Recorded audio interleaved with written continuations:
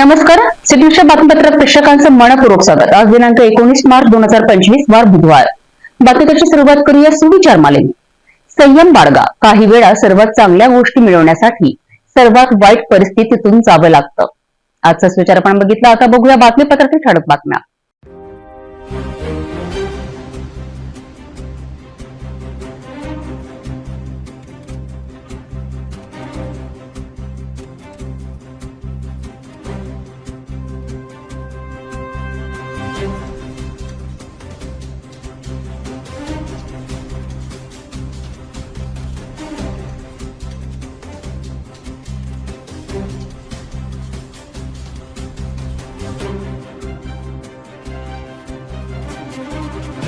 आपण ठळक बातम्या बघितल्या. आता घेऊया छोटासा ब्रेक.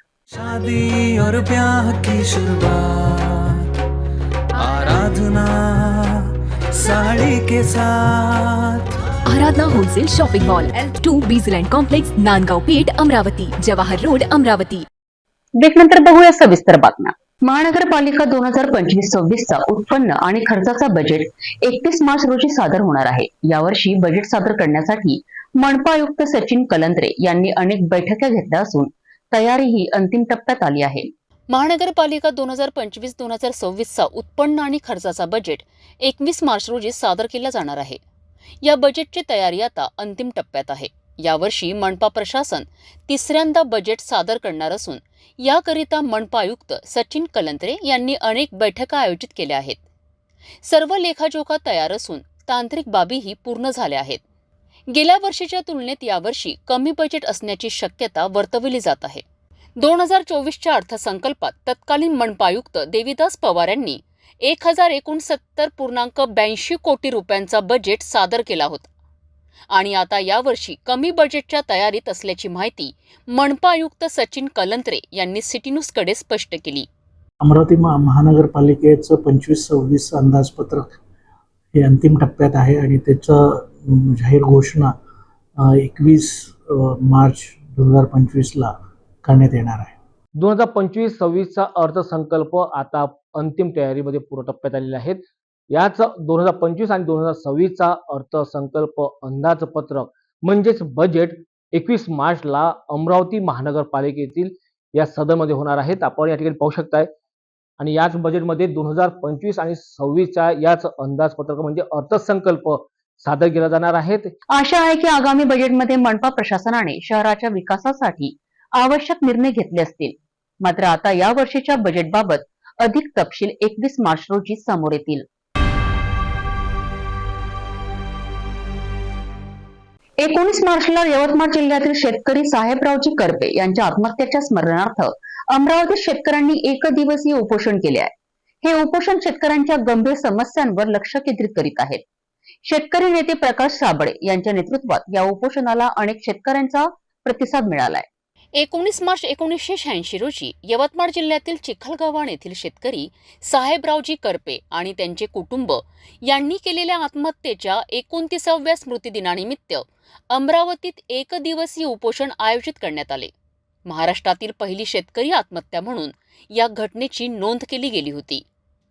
अमरावतीतील शेतकरी नेते प्रकाश साबळे यांच्या नेतृत्वात अनेक शेतकऱ्यांनी या उपोषणात भाग घेतला. यावेळी अमरावती जिल्ह्यातील आत्महत्याग्रस्त शेतकऱ्यांच्या पत्नीला साडी चोळी भेट देऊन त्यांना सांत्वन करण्यात आले. हे उपोषण शेतकऱ्यांच्या आत्महत्यांवरील दुर्लक्ष आणि शेतकऱ्यांच्या समृद्धीच्या दृष्टीने योग्य पावले उचलण्याची मागणी करीत संपन्न झाले. 19 मार्च 1986 मध्ये यवतमाळ जिल्ह्यातील शेतकरी साहेबरावजी करपे यांनी आपल्या शेतकरी विरोधी जे धोरण आहे शासनाचे त्याच्या विरोधामध्ये त्यांनी आपलं सामूहिक परिवारासहित 4 लेकरांसहित त्यांनी आत्महत्या केली होती. आज त्यांचा 39वा स्मृतिदिन आहे. आम्ही दरवर्षी 19 मार्चला सर्व या अमरावती जिल्ह्यातील जेवढी शेतकरी चळवळीचे कार्यकर्ते आहेत सर्वजण आम्ही एक दिवसाचा उपवास ठेवतो. ते यासाठी ठेवतो की सरकारचं ज्ञानारक्षण झालं पाहिजे. कारण इतके वर्षात तब्बल या भागामध्ये प्रचंड प्रमाणात आत्महत्या होऊन राहिल्या आहे. नुकतीच आता बुलढाण्याला आत्महत्या झाली शशांक कैलास नागरेंची, जो युवा शेतकरी पुरस्कार ज्याला भेटला, तरी सरकारचं लक्ष नाही. म्हणजे शेतकरी आत्महत्या का होतात याबाबतही सरकारला अजिबात भान नाही. तर सरकारला लक्षात आणून देण्यासाठी किंवा शेतकरी आत्महत्या हा समाजाला कलंक आहे आणि त्यासाठी शेतकऱ्यांनी ठोस निर्णय, शेतमालाला भावाचा विषय असो, सिंचनाचा प्रश्न असो, असे आणि शेतकरी विरोधी जे कायदे आहे त्यामुळे शेतकरी मोठ्या प्रमाणात आत्महत्या करतात, या संदर्भात शासनाने लक्ष घातलं पाहिजे. म्हणून आम्ही आजचा दिवस त्या कुटुंबाप्रती संवेदना व्यक्त करण्यासाठी, आत्महत्याग्रस्त परिवारासाठी श्रद्धांजली अर्पण करण्यासाठी आम्ही सर्वजण आजच्या दिवशी सामूहिक अन्नत्याग करतो. आजच्या या उपोषणाच्या माध्यमातून शेतकऱ्यांच्या समस्यांवर अधिक लक्ष देण्याची आणि त्यांच्या स्थिती सुधारण्यासाठी ठोस पावले उचलण्याची मागणी केली जात आहे.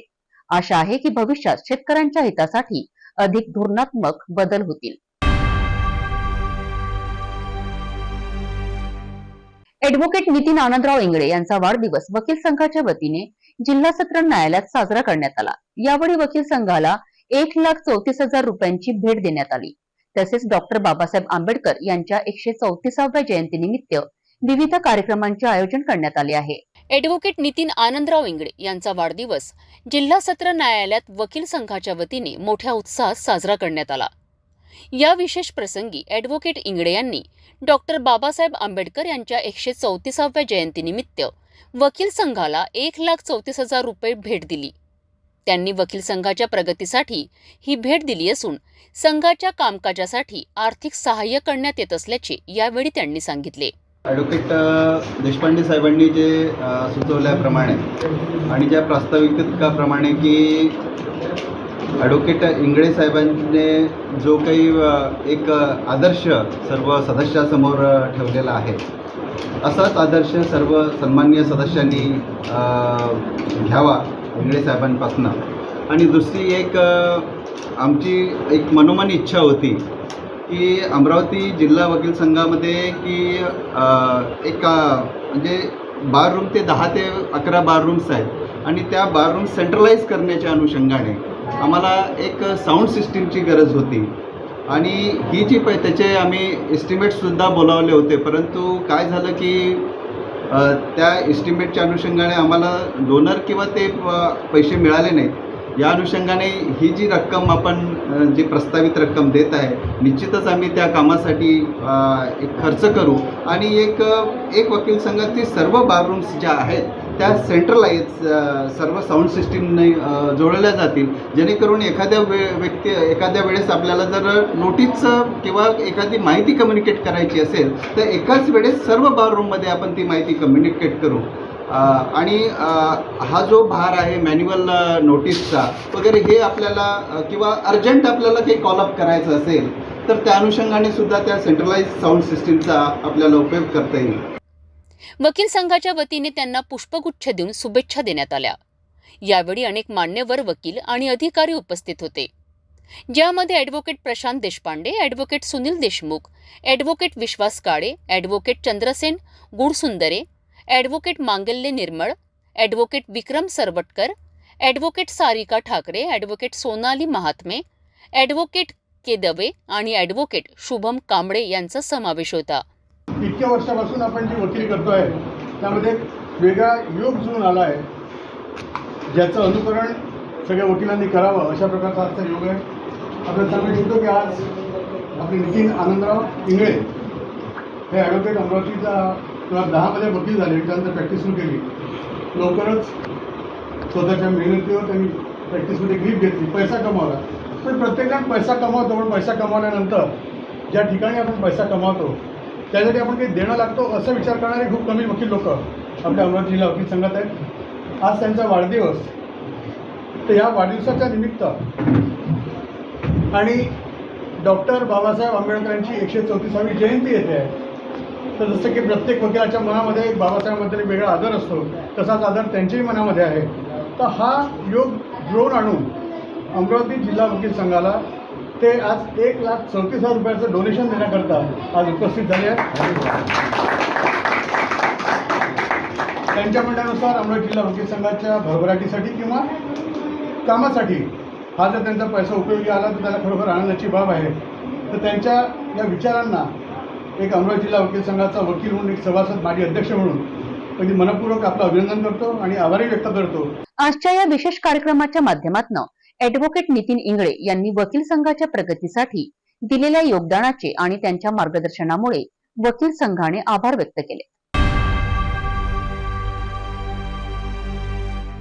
बडनेरा जुनी वस्ती परिसरात मनपा अतिक्रमण पथकाने मोठ्या प्रमाणावर धडक कारवाई केली आहे. नागरिकांच्या तक्रारीनुसार रस्त्यावर केलेल्या अतिक्रमण बांधकामाची हद्दपारी करण्यात आली आहे. बडनेरा जुनी वस्ती येथे मनपा अतिक्रमण पथकाने धडक कारवाई केली, जेथे नागरिकांच्या तक्रारीनुसार अवैध बांधकामांना तडजोड देण्यात आली.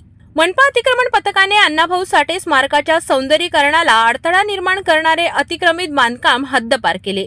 अतिक्रमण पथक प्रमुख श्याम चौरे यांच्या नेतृत्वात ही कारवाई पोलिसांच्या बंदोबस्तात पार पडली. मनपा उपायुक्त वासणकर यांच्या आदेशानुसार बडनेरा जुनी वस्ती झोन क्रमांक 4 मध्ये तक्रारी प्राप्त झाल्यामुळे शौचालय, बाथरूम आणि दुकानदारांचे शेड पाडण्यात आले. अतिक्रमण विभागाने नागरिकांना इशारा दिला आहे की कुठेही अतिक्रमण केल्यास त्वरित कारवाई होईल. बडनेरा शहर अंतर्गत येणारा परिसर जे परिसर आहे अण्णाभाऊ साठे नगर, या नगरमध्ये लोकभूषण अण्णाभाऊ साठे यांचे पुतळ्याचे व चौकाचे सौंदर्यीकरण करण्याचे काम मान्य उपअभियंता यांचे शाखा अभियंता यांच्या मार्फत सुरू होते. परंतु सदर सौंदर्यीकरण करताना पुतळ्याचे जे मागे जे काही लोकांनी संडास बाथरूमचे अवैध बांधकाम अनधिकृत रस्त्यावर केलेले होते. त्यामुळे सौंदर्यीकरणास अडचण निर्माण झाल्याने तेथील नागरिकांची बरेच तक्रार होती. त्या तक्रारीची दक्षता घेता मी काल उद्या दिनांक 18/3/2024 11:30 वाजता माननीय पोलीस निरीक्षक बडनेरा यांच्याकडून पोलीस बंदोबस्त घेऊन आणि आमची अतिक्रमण यंत्रणाचे कर्मचारी आणि पोलीस घेऊन मी सदर कारवाई पार पाडण्यात आलेली आहे आणि कारवाई यशस्वी झालेली आहे. अतिक्रमणाच्या विरोधात मनपाकडून ही कारवाई सुरू राहील आणि नागरिकांच्या तक्रारी प्राप्त होताच तात्काळ कारवाई केली जाईल. या कारवाईने एक महत्त्वाचा संदेश दिला आहे. अमरावती पोलीस दलात एक मोठा खुलासा झाला आहे. पोलीस उपनिरीक्षक दर्शन पुंडलिक दिकोंडवार आणि त्यांचा गाडी चालक सुकेश सारडा यांनी 5,000 रुपयांची लाच मागितली होती. ट्रॅक्टर ट्रॉली सोडून देण्यासाठी ही लाच मागितली गेली. लाचलुचपत विभागाने या दोघांना रंगेहात पकडले असून पोलीस उपनिरीक्षक आणि त्यांच्या सहकाऱ्यांविरुद्ध भ्रष्टाचार प्रतिबंधक कायद्यानुसार गुन्हा दाखल केला आहे. 13 मार्च रोजी तक्रारदार आणि आरोपी यांच्यात एक सापळा कारवाई करण्यात आली होती, परंतु संशयामुळे लाच स्वीकारली गेली नाही. यावर पोलीस दलात एकच खळबळ उडाली असून पुढील तपास सुरू आहे. भेटूया एका छोट्याशा विश्रांतीनंतर.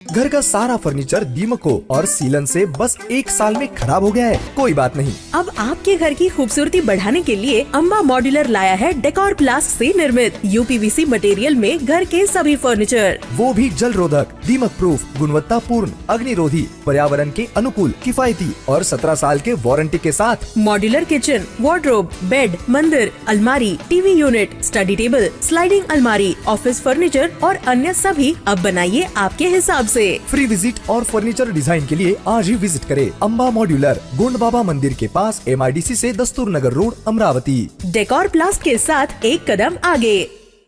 विश्रांतीनंतर पुन्हा आपले स्वागत.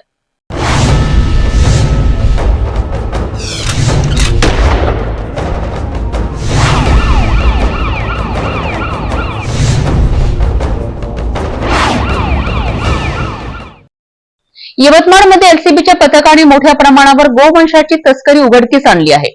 नागपूरकडून हैदराबादकडे एक कंटेनरमध्ये गोवंशाची अवैध वाहतूक केली जात होती, परंतु एलसीबीच्या तपास कर्मचाऱ्यांनी त्याला पकडले आणि 60 गोवंशाची सुटका केली आहे. दूरदर्शनाच्या अधिकृत सूत्रांकडून मिळालेल्या माहितीनुसार एलसीबी पथकाला पांढरकवडा उपविभागात गस्त घालण्याचा संदिग्ध कंटेनरच्या वाहतुकीबाबत माहिती मिळाली आहे. राष्ट्रीय महामार्गावर सापळा रचून एलसीबीने या कंटेनरला पकडले. यामध्ये 60 गोवंशाची तस्करी केली जात होती, ज्याची किंमत अंदाजे 45,05,200 रुपये आहे. या प्रकरणात 3 तस्करांना ताब्यात घेतले असून पुढील तपास सुरू आहे. तस्करीला रोखण्यासाठी एलसीबीचा प्रयत्न महत्वपूर्ण ठरला आहे. नागरिकांनी यासंबंधी अधिक सजग राहून अशा प्रकारच्या कृत्यांना पुरावा काढल्यास या प्रकारच्या गुन्ह्यांना पूर्णपणे रोखण्यास मदत होईल. महाराष्ट्रातील अकोला जिल्ह्यातील म्हैसांग अकोला रस्त्यावर एक भीषण अपघात झाला आहे. स्वप्नील रेस्टॉरंट जवळ MH27 DS 6525 आणि MH30 1396L या गाड्यांची जोरदार धडक झाली आहे. दुचाकीस्वार गंभीर जखमी असून त्याला अकोला सर्वोपचार रुग्णालयात दाखल करण्यात आले आहे. 18 मार्चच्या रात्री दुर्घटना घडली, ज्यामध्ये दुचाकीस्वार हेल्मेट शिवाय होता. त्यामुळे त्याच्या डोक्यावर आणि तोंडावर गंभीर दुखापत झाली आहे. स्थानिक नागरिकांनी तातडीने रुग्णालयात दाखल केले आणि पोलिसांना माहिती दिली. बोरगाव मंजू पोलिसांनी घटनास्थळी पोहोचून पंचनामा केला आणि वाहतूक सुरळीत केली. अद्याप अपघाताचे नेमके कारण स्पष्ट झालेले नाही, परंतु पोलिसांनी तपास सुरू केला आहे. जिल्ह्यात अपघातांचा वाढता आलेख गंभीर चिंता व्यक्त करत आहेत. अकोल्याच्या तेल्हारा शहरात सोशल मीडिया पोस्टमुळे तणाव निर्माण झाला असून पोलिसांनी यावर तात्काळ नियंत्रण ठेवले आहे. वंचित बहुजन आघाडीचे नेते प्रकाश आंबेडकर यांच्या संदर्भात आक्षेपार्ह पोस्ट शेअर केल्यानंतर शहरात एक मोठा वाद उभा राहिलेला आहे. तणावाच्या या घटनेनंतर पोलिसांनी 1 तासाच्या आत हस्तक्षेप करत संबंधित तरुणाला ताब्यात घेतले आहे. आंबेडकर समर्थकांनी त्या तरुणावर आक्रमण केले आणि त्याला धिंड काढण्याचा प्रयत्न केला. पोलिसांनी त्वरित धाव घेतली आणि शहरात तणाव टाळण्यासाठी मुख्य चौकात कडेकोट बंदोबस्त ठेवला आहे.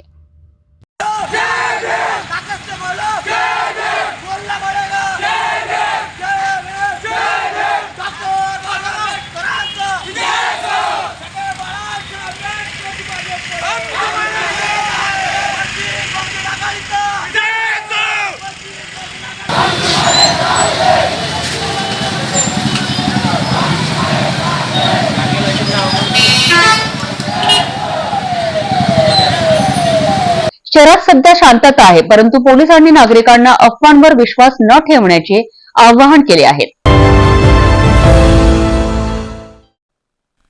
अकोला शहरातील सिंधी कॅम्प भागात एका नाश्त्याच्या दुकानातील गॅस सिलेंडरला आग लागली आहे. गॅस सिलेंडर घरगुती वापरासाठी होता आणि त्यामुळे ही आग लागल्याचे सांगितले जात आहे. सुदैवाने नागरिकांच्या प्रसंगावधानामुळे आग आटोक्यात आणण्यात आली आणि जीवितहानी टळली आहे. आग लागलेल्या नाश्त्याच्या दुकानात घरगुती गॅस सिलेंडर वापरण्यामुळे मोठा धोका निर्माण झाला आहे. सध्या फुटपाथ व्यावसायिक मोठ्या प्रमाणात घरगुती सिलेंडरचा वापर करत असून यावर अन्न पुरवठा विभागाने कसे दुर्लक्ष केले आहे हे चिंताजनक आहे. घटनास्थळी नागरिकांनी आग विझवण्याचा प्रयत्न केला आणि त्यामुळे मोठा अनर्थ टळला. पोलिसांनी या दुकानदारावर कोणतीही कारवाई केली नाही. सिंधी कॅम्प भागातील या घटनेनंतर संबंधित विभागाची दुर्लक्षता आणि नागरिकांचे पुढाकार किती महत्वाचे ठरले आहे हे लक्षात येत आहे. पुढे असे प्रसंग टाळण्यासाठी काय उपाययोजना होणार यावर लक्ष ठेवणे आवश्यक आहे. नागपूर शहरातील तणावपूर्ण परिस्थितीच्या पार्श्वभूमीवर शिवाजी पुतळा परिसरात पोलिसांनी शांतता आणि सुरक्षेचा संदेश देण्यासाठी रूट मार्च काढलाय. अतिरिक्त पोलीस आयुक्त शिवाजी राठोड यांच्या नेतृत्वाखाली हा रूट मार्च आयोजित करण्यात आलाय. या रूट मार्चमध्ये स्थानिक पोलीस, राज्य राखीव पोलीस दल आणि दंगा नियंत्रण पथक सहभागी झाले होते. नागरिकांमध्ये विश्वास निर्माण करणे आणि कायद्याची अंमलबजावणी सुनिश्चित करणे हा यामागील प्रमुख उद्देश होता. पाहुयात सविस्तर रिपोर्ट. जी काल घटना नागपूर शहरामध्ये घडलेली आहे त्याच्या अनुषंगाने हा रूट मार्च काढण्यात आलेला आहे. मोठ्या संख्येने अधिकारी, सिनियर अधिकारी, आमचा कर्मचारी, SRPचे कर्मचारी, आमचे RCP हे सगळे लोक याच्यामध्ये समाविष्ट झालेले आहेत आणि आमचा हा उद्देश आहे की लोकांना सुरक्षिततेची भावना निर्माण व्हावी या दृष्टीने रूट मार्च काढण्यात आलेला आहे. हे आरोपी जवळपास 45 अबो आहेत, 46च्या आसपास आहेत आरोपी आणि आज कोर्टात पेश केलेलं होतं त्यांना आणि पुढची कारवाई निश्चित त्या ठिकाणी झालेली आहे. ती माहिती आता आणखी आपल्याला प्राप्त झालेली नाही. निश्चितपणे PCR त्यांचा मिळेल.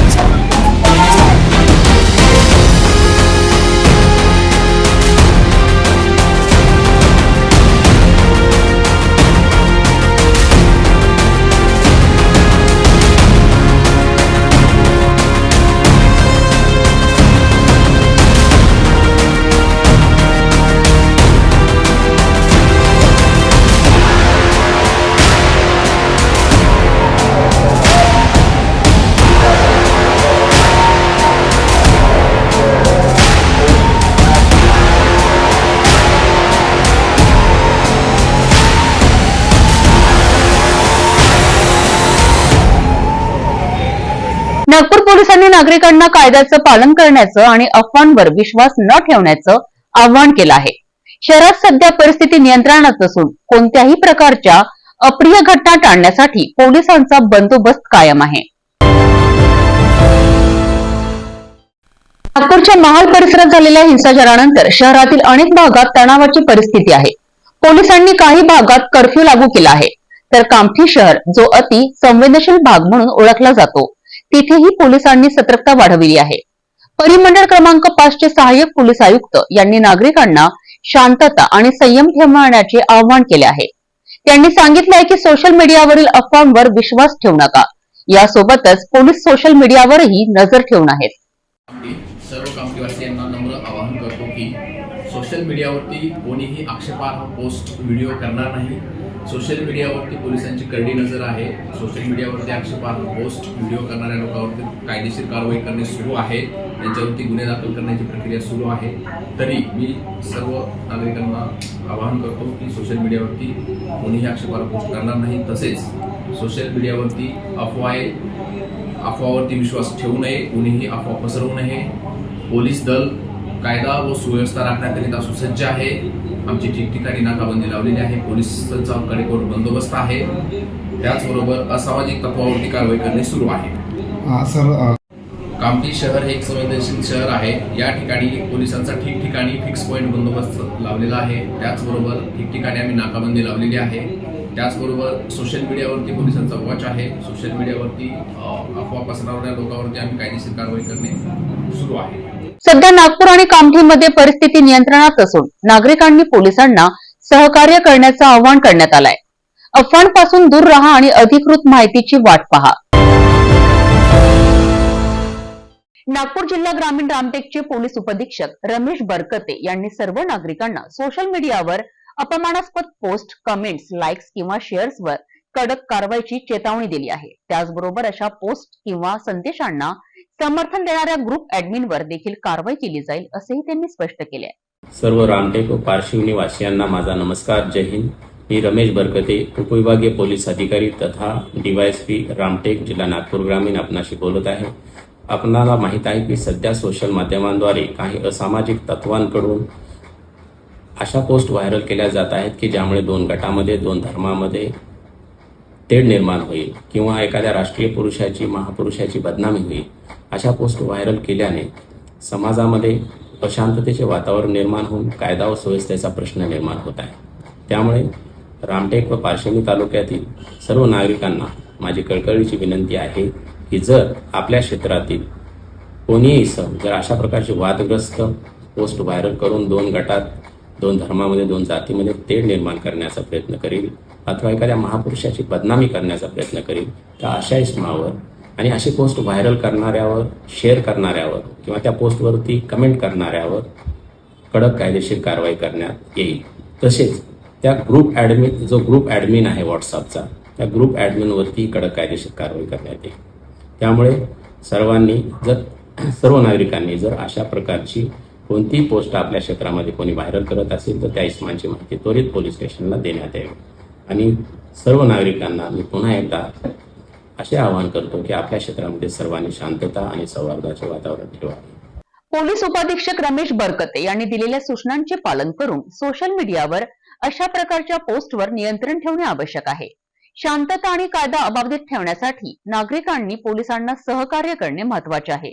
जर कोणी अशा पोस्ट केल्या असतील तर पोलिसांना तात्काळ माहिती द्या. नागपूर ग्रामीण पोलीस कन्नन उपविभागाचे उपविभागीय पोलीस अधिकारी डॉक्टर संतोष गायकवाड यांनी नागरिकांना सोशल मीडियावर सामाजिक तेढ निर्माण करणाऱ्या आक्षेपार्ह पोस्टवर कडक कारवाईची चेतावणी दिली आहे. नागरिकांनी अशा पोस्टपासून दूर राहून कायदा आणि सुव्यवस्था अबाधित ठेवण्याचे आवाहन त्यांनी केले आहे. नमस्कार, मी संतोष गायकवाड, उपविभाग पोलीस अधिकारी कन्नन उपविभाग, कन्नन, खापरखेडा व मौदा पोलीस स्टेशन हद्दीतील सर्व नागरिकांना आवाहन करतो की धार्मिक तेढ निर्माण करणाऱ्या कसल्याही आक्षेपार्ह पोस्ट या प्रचार व प्रसारित सोशल मीडियाच्या माध्यमातून करू नये. सागर पोलीस स्टेशन, नागपूर ग्रामीण पोलीस यांचे यावर बारीक लक्ष असून अशा प्रकारच्या आक्षेपार्ह पोस्ट कोणी प्रचार व प्रसारित करीत असेल तर त्यांच्यावर अत्यंत कडक कारवाई करण्यात येईल याची नोंद घ्यावी. नमस्कार.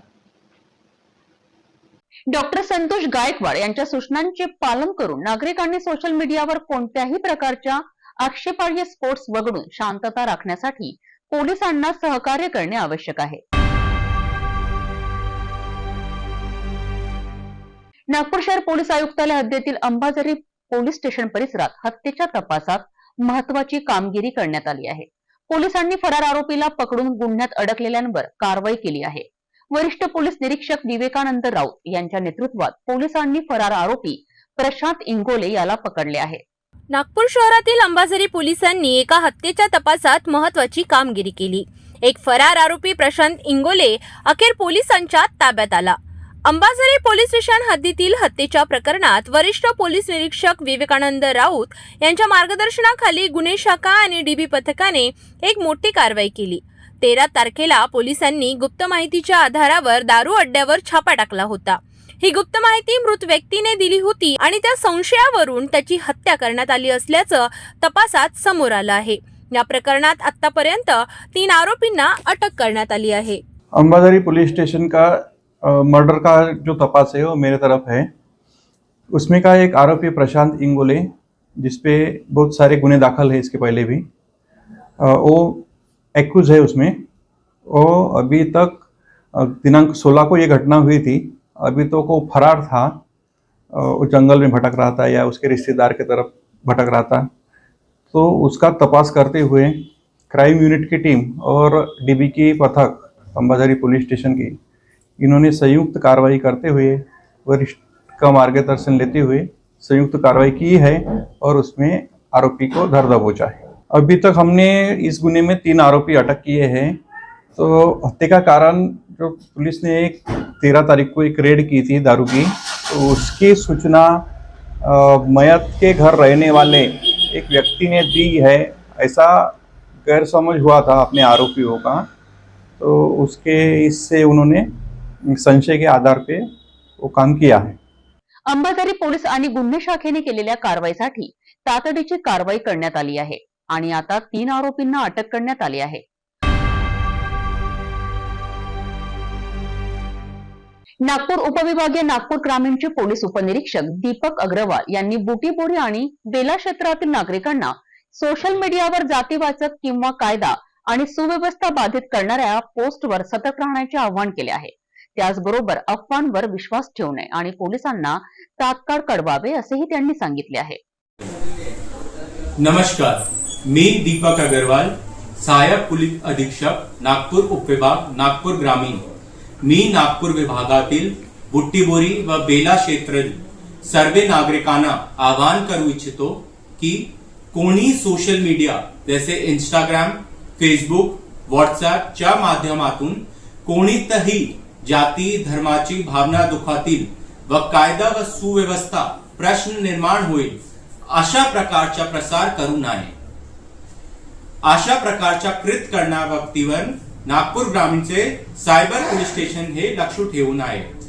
अशा प्रकारचे कृत्य करणाऱ्या व्यक्तीवर आठवून आल्यास त्यांच्यावर कडक कायदेशीर कारवाई केली जाईल. तसेच नागरिकांनी कोणताही अफवा विश्वास ठेवू नये आणि कोणताही प्रकारची माहिती मिळण्यास तत्काळ पोलीस स्टेशनला कळवावे. पोलीस उपनिरीक्षक दीपक अग्रवाल यांनी दिलेल्या सूचना प्रत्येक नागरिकाने गांभीर्याने घ्याव्यात. अफवा आणि जातीयतेवर आधारित पोस्टवर लक्ष ठेवून त्यांच्यावर तात्काळ कारवाई केली जाईल. नागपूर विभागीय पोलीस कार्यालयाच्या हद्दीतील सावनेर विभागाचे उपविभागीय पोलीस अधिकारी अनिल मस्के यांनी नागरिकांना सोशल मीडियावर अफवा पसरवणाऱ्या पोस्ट किंवा कमेंट्स करण्यास प्रतिबंध करण्याचे आवाहन केले आहे. अशा पोस्ट केल्यास संबंधित व्यक्तीवर कडक कारवाई केली जाईल असंही त्यांनी स्पष्ट केले आहे. नमस्कार, मी अनिल मस्के, सहाय्यक पोलीस अधीक्षक सावनेर उपविभाग नागपूर ग्रामीण पोलीस. मी सावनेर डिव्हिजन मधील सर्व नागरिकांना आवाहन करू इच्छितो की कुणीही सोशल मीडियाच्या माध्यमातून कोणत्याही जाती धर्माच्या भावना दुखवतील अशा प्रकारच्या पोस्टचा प्रचार किंवा प्रसार करू नये.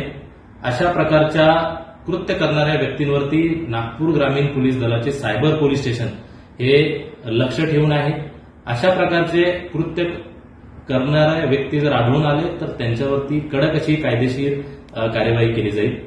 पुन्हा एकदा मी सर्व नागरिकांना आवाहन करू इच्छितो की नागरिकांनी कोणत्याही प्रकारच्या अफवांवरती विश्वास ठेवू नये, तसेच सामाजिक सलोखा राखण्यास सहकार्य करावे.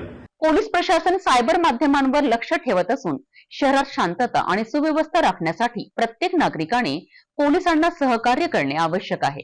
सोशल मीडियावर अफवांवर विश्वास ठेवू नका आणि कोणत्याही प्रकारच्या अफवा पसरवू नका.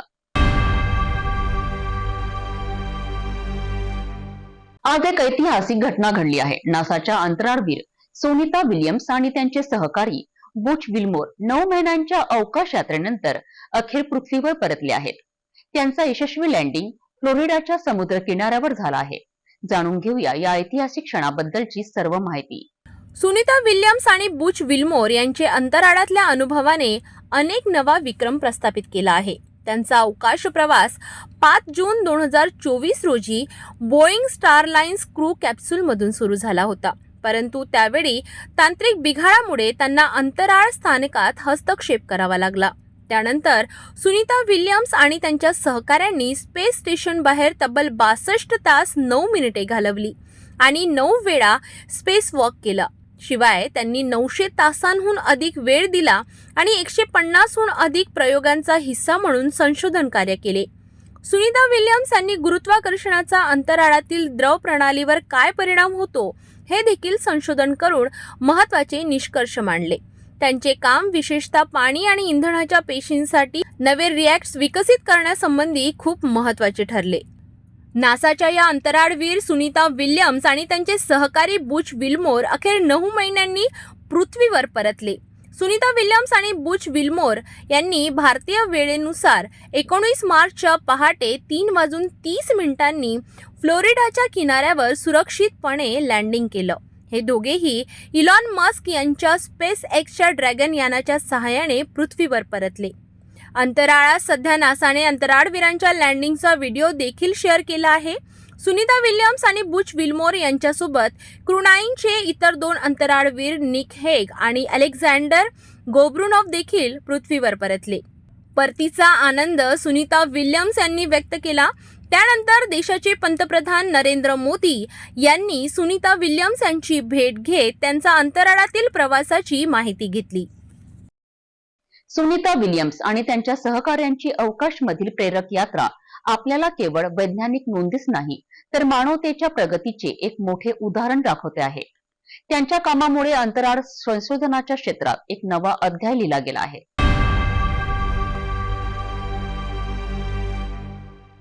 जाता जाता पुन्हा एकदा आजच्या ठळक बातम्या.